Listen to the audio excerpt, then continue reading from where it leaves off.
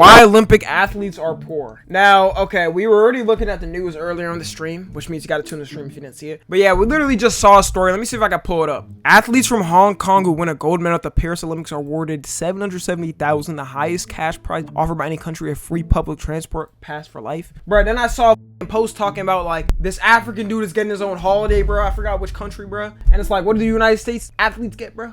A butt nothing. It's actually crazy. Americans get paid $37K. Do you know how much the Olympics makes? Bro, I swear the Olympics makes like 50 billion a year or something. They made 7.6 billion in 2021. And that was the old one. So like it's weird to me, bro, how like they have all this shit, bro, and it's like they just don't pay the athletes, especially the athletes from other countries, like from third world countries. Because United States athletes, like if you got an NBA contract, whatever, for football, you're pretty much good with money. But like other countries, bro, they don't give their athletes shit. But let's see this video.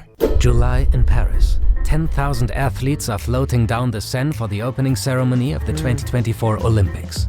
Just a few hundred meters away in this McDonald's. Y'all, be real. Did people care about the Olympics more this year? I feel like people kind of did. Like, I didn't realize it. Okay, the thing is, I just see clips of it. I feel like with social media, that's what makes it bigger. I don't know, because I saw a lot of social media posts. Like, for me, I really don't care about it like that. But I saw a lot of people talking about it and stuff. And making memes. Like, y'all remember the meme with the dude that had the gun and shit? And then they were talking about, like, how all the athletes are, like, baddies and several employees are flipping burgers and asking if you want fries with them. Who do you think makes more money, the athlete or the McDonald's worker? Remember, these athletes are filling stadiums, creating a spectacle that the whole world wants to see, and that generates billions of sponsorship money. And yet, it's the McDonald's worker that earns almost 50% more than the average athlete. Yo, is that not crazy, bro? A McDonald's worker? That's actually, no, we really gotta change the fucking guidelines for this. The International Olympic Committee gives absolutely no money to Olympians, even if they win gold. Okay, I didn't know they give no money. What? No money? Bro, that's literally a scam. But why not? And how do sponsorships? I'm saying, where do they make money from sponsorships? Bro, the sponsorships, man. A person that's like the 25th placed person is not about to get some goddamn sponsorship. It'll be like the top 3 people and that's it. Maybe the top 3. Probably just the top first and second one. Turns out that the answer is more complicated than you'd think and deeply rooted in the history of modern sports. Welcome to Athletic Interest and the business of being an Olympic athlete. Like, let's be real. The person who got second to Usain Bolt, you think anybody knows that person? Interest and the business of being an Olympic athlete. This video is sponsored by Shopify. By Tom Interview. To fully understand the business of athletes today, we need to look back at the evolution of the games and its process. The ancient Greeks believed that the games were created by their gods. After hearing about the birth of Zeus, Heracles and his 4 brothers raced to Olympus to greet him. Zeus was impressed and awarded an Now imagine Zeus in that, bro.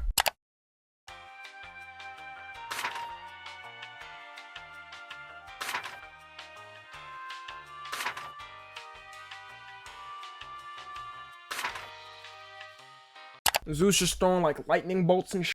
Wait, Zeus was a human? I thought Zeus was supposed to be like a Greek god or something, and like bro could throw like lightning bolts and stuff. Olive wreath to the victor. Oh, he's a Greek god. The foot race became symbolic of worshipping the gods. It was also believed that the gods spent a lot of their time atop Mount Olympus wrestling and jumping. Soon there were 23 disciplines represented at each Olympics, which were held once every 4 years.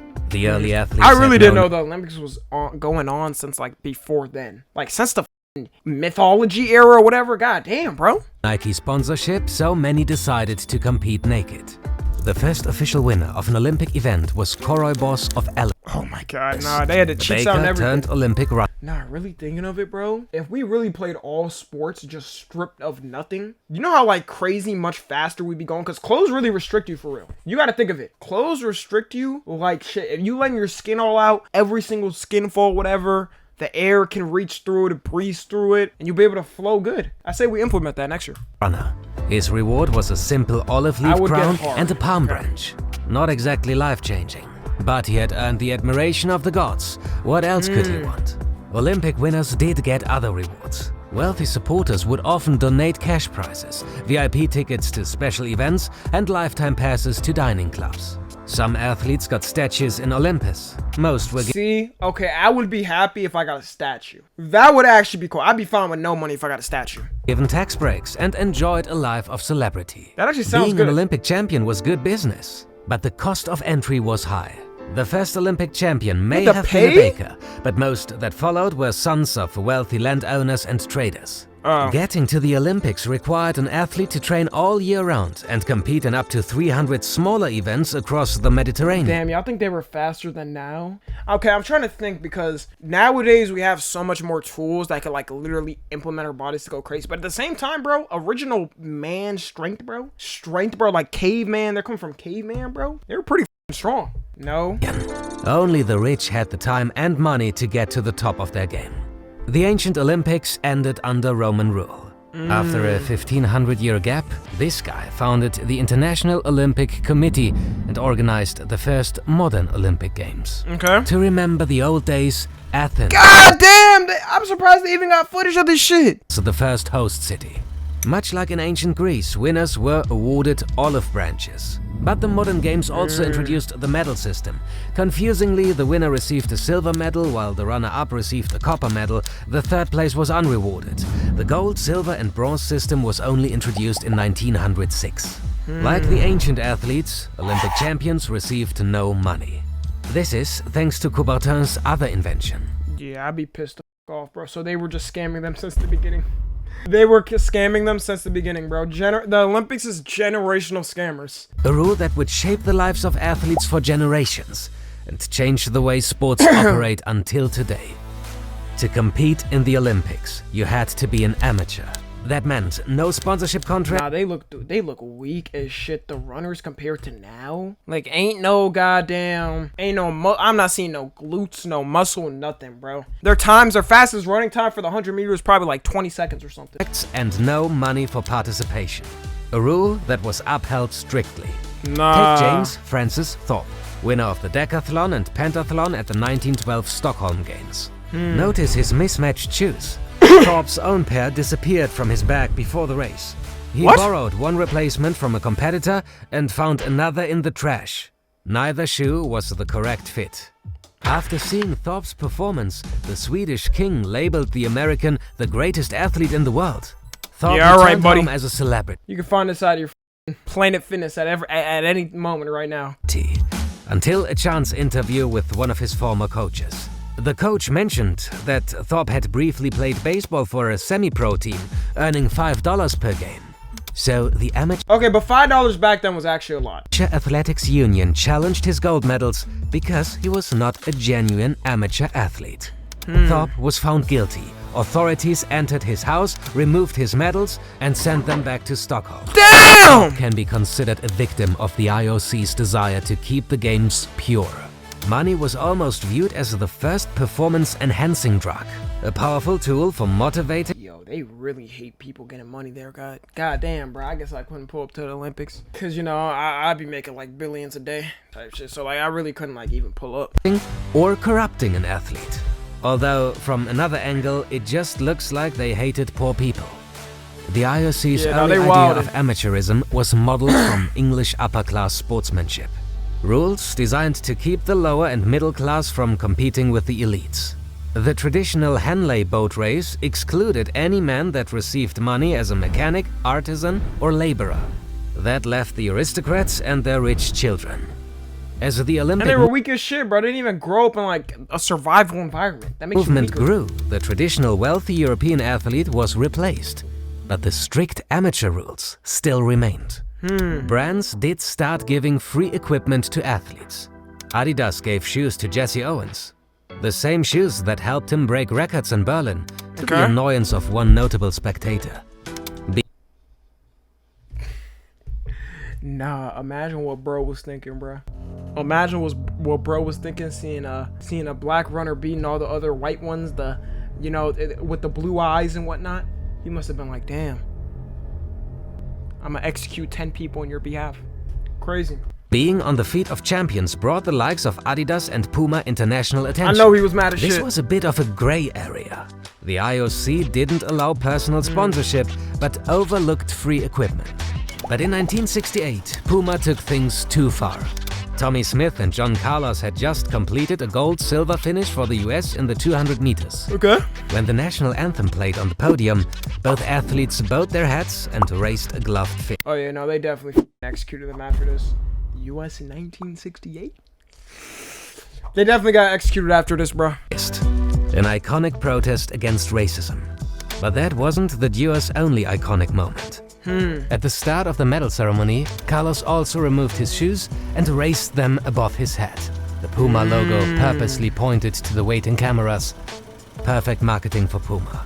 It was also for free, right? IOC rules are very clear on paying athletes. Except Puma did pay. In fact, Adidas and Puma were secretly paying athletes thousands to wear their shoes during the games. This became the worst kept secret in Olympic history. If the IOC investigated, most medal winners would have been disqualified.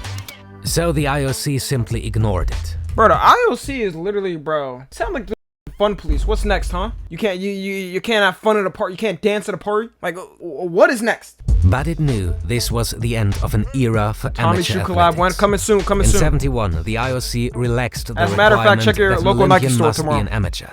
In the '80s, they even allowed athletes to have sponsorship contracts. Okay. This marked a huge turning point in professional sports.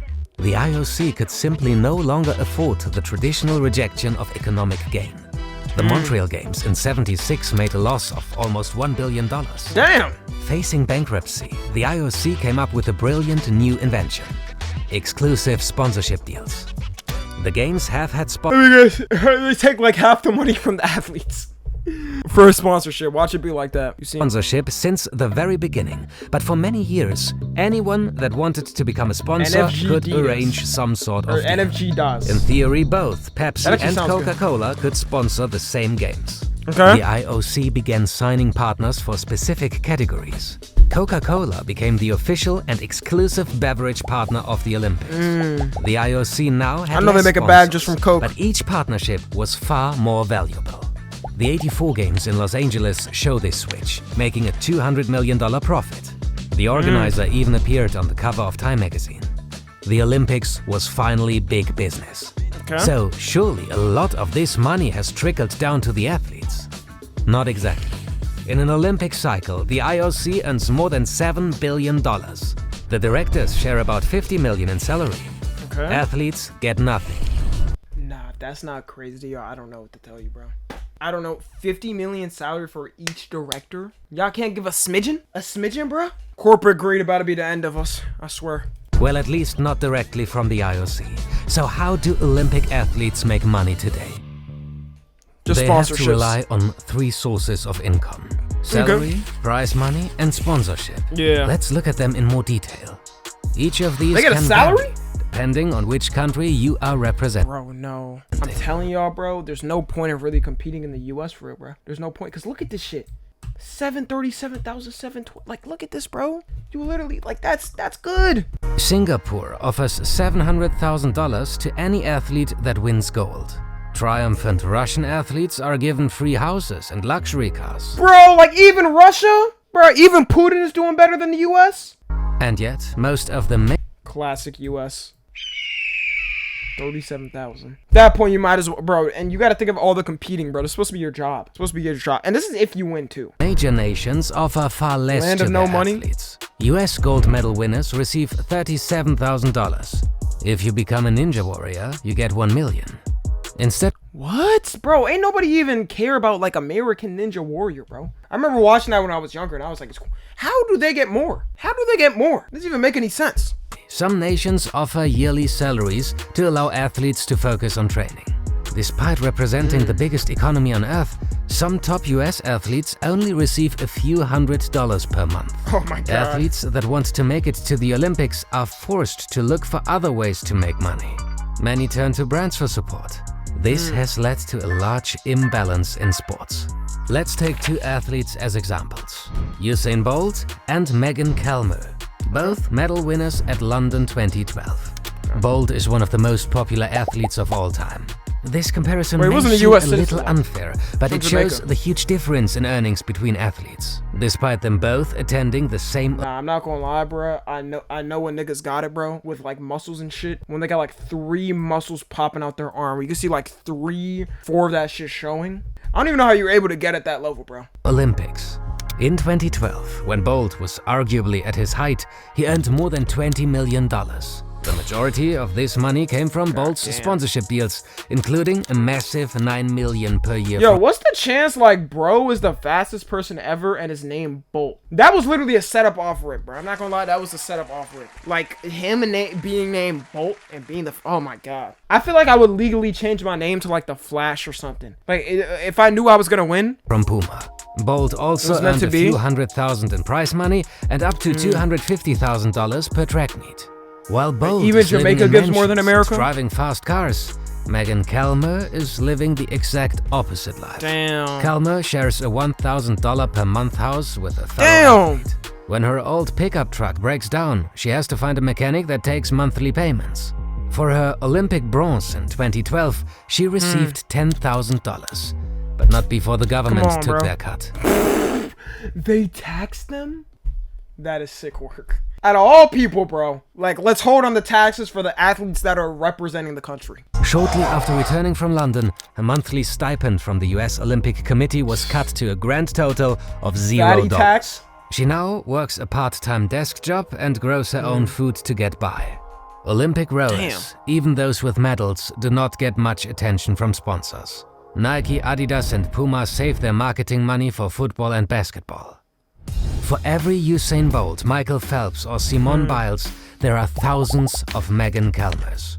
More than a decade after London 2012, and 5 decades since the IOC allowed athletes to be professional, the gap between rich and poor in sport has barely changed. But why not at that point, bro? I feel like you should just train to be like in a league, like a basketball or whatever. I mean, I know they're in less known sports, like something like running. It's not gonna be as big of a league because like nobody's gonna sit there and watch regular running unless if it's like for the Olympics. But, like something, bro. Anything but this. The majority of athletes around the world do not consider themselves financially stable. In the US, the figure is 80%. Funding from Olympic committees for athlete support is being cut each year. Meanwhile, the cost of equipment, nutrition, training, and travel. Yeah, meanwhile, we could send all our money to the Ukraine, Israel, random shit, tax random shit, and send our money to every single country but this country, bro. Come on, bro. Only increases. So some athletes are forced to look for other employment. There are now sheep farmers, mechanics, and Buddhist priests that spend their spare hours training for Olympic gold. The uncomfortable truth is that most professional athletes earn less than the lowest level McDonald's worker. This is why more and more athletes are starting their own businesses, to get less dependent on salaries and create something beyond their sporting career. Today. Thanks a lot for supporting us. Now let's get back to understanding the financial landscape of Olympic athletes. The Olympics are only every 4 years. Yes, the athletes have reached the pinnacle, but they are only at the center of attention once every 4 years, for a few weeks. Yeah, that's crazy. I feel like they could do the Olympics every year if they wanted to. It would probably get dragged out though. People would probably be tired of it, but... Olympic committees need to spread their funding across hundreds of sports and thousands of athletes. A lot of this money comes from sponsors. They need public interest to maintain these sponsors. That means prioritizing support for the sports and athletes that engage the most people. It's the harsh reality. These athletes need to offer a return on investment. It works the same with athlete sponsorship. Adidas or Nike can only really activate their partnerships every 4 years. For the rest of the time, the athlete's exposure is worth far less. That's why even the biggest Olympic athletes don't get as much as the biggest footballers or basketball players. That's what I'm saying, bro. At this point, bro, you might as well. But you kind of have no choice with like running. You literally have no choice. That's tough. These guys have more opportunities each year to win when the world is watching. To make matters worse, the Olympics has Rule 40. This was the IOC's reaction to a little marketing game that Nike was playing in the 80s and 90s. Adidas was the official and exclusive sportswear partner of the Olympics. So Nike is technically blocked from making any advertising that links to the games. Not that this has stopped Nike's marketing team. They perfected the art of ambush marketing. At the 96 games in Atlanta, Nike put up billboards around the stadium. Wait, 1996 in Atlanta? That shit was actually so cooked, bro. How did they even build a stadium in Atlanta and it survived? How the f did it survive? How did it survive and not get shot up? Nah, let me stop, bro. I think actually, no, the next one's gonna be in Atlanta or somewhere. Is it Florida? I don't know. Or is that the World Cup? I don't know. It's one of them. Something. And handed out Nike flags to spectators. There was barely a TV screen that didn't show the Nike logo. An easy way to do ambush marketing at an Olympics is to have an Olympic athlete in your advert. People instantly make the connection without Nike referencing the games. The IOC realized this and introduced Rule 40. This blocked athletes. Another rule? Wait, what's rule, what is it? What's rule 32? What could that be? Or 34? Or 20? What is it called? Yeah, I know the rule I'm talking about, right? Oh, 34. What's their rule 34? From featuring in any advertising with a non-Olympics partner for the duration of the games. With one decision, the IOC had cut off every athlete's biggest earning opportunity. At the moment when athletes are most valuable to sponsors, they are quite literally banned from advertising. Nah, these niggas are dickheads, bro. Like, why even do this? No, you gotta think of it. There's literally no point in customly taking a sponsor away from one of the athletes. There is no point. You're making your money either way, bro. Advertising and making money. But in 2019, a German court decided that Rule 40 could no longer apply to German athletes. The court said it was unfair for athletes to be blocked from maximizing their earnings. So just Germany? The IOC failed to give them a share of the sponsorship money they were supposedly protecting. In response, the IOC decided to loosen Rule 40. Paris 2024 will be the first games where athletes are allowed to feature in non-official adverts during the games. Fine. Okay, so they changed it for this one. Okay. Although still with some conditions. Took them way too long. One argument for removing Rule 40 is the idea that athletes should be free to use any tool available to build their personal brands during the Olympics. An audience on social media is a proven way for athletes to earn money outside of their sport. Take Alicia Schmidt. Nah, I'm not gonna lie. Schmidt represented Germany at Tokyo 2020 as a backup in the relay. She didn't even compete and managed to gain 500,000 followers. Y'all are some f***ing gooners, bro. There's no way. There is no way. I swear, some of y'all see a pretty f***ing girl out there, your brain is just gone. Your brain is just gone. What am I looking at? Now, I'm not gonna lie, bro. If some of those, bro, the way I saw some people down bad for some of those athletes and some of those female athletes open at OF, bro, they would probably make more money than they ever would in the first month in their career. Her behind-the-scenes posts often went viral, giving audiences a unique point of view and access to content they would never normally see. Schmidt is... Yo, that bro. This room is terrible. And access to content they would never... Bro, a college dorm is better than this. This is the... No!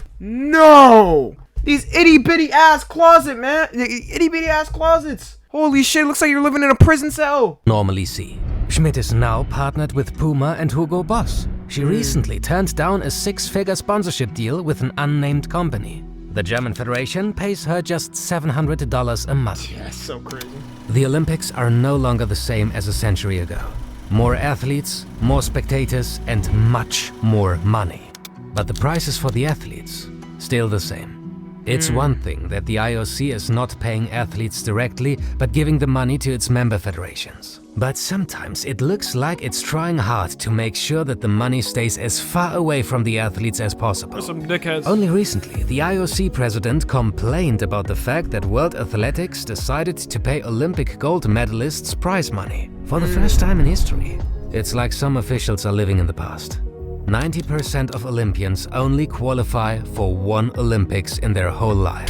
Only have this one opportunity. I really be forgetting how much of a competition you have for the Olympics. Like, this is the worldwide competition, basically, for like athleticism. It's gotta be crazy, bro. To win when the world is watching. It should be easier for them to make some money when the world is watching. The Olympics are like that blockbuster movie everyone talks about, filled with stars, drama, and eye-watering budgets. Yet when it comes time to pay the lead actors, the credits start rolling. Thank you, sir. That was a good video. So, speak for everyone when I say I will not be joining the Olympics, all right? I did get offered a spot on the basketball team. Y'all know the team with LeBron and Steph Curry and all that. But I was like, nah, I'm good. Hey, listen. you're watching this on a 2, make sure to join the Discord and watch the streams. Subscribe to Tommy NFG.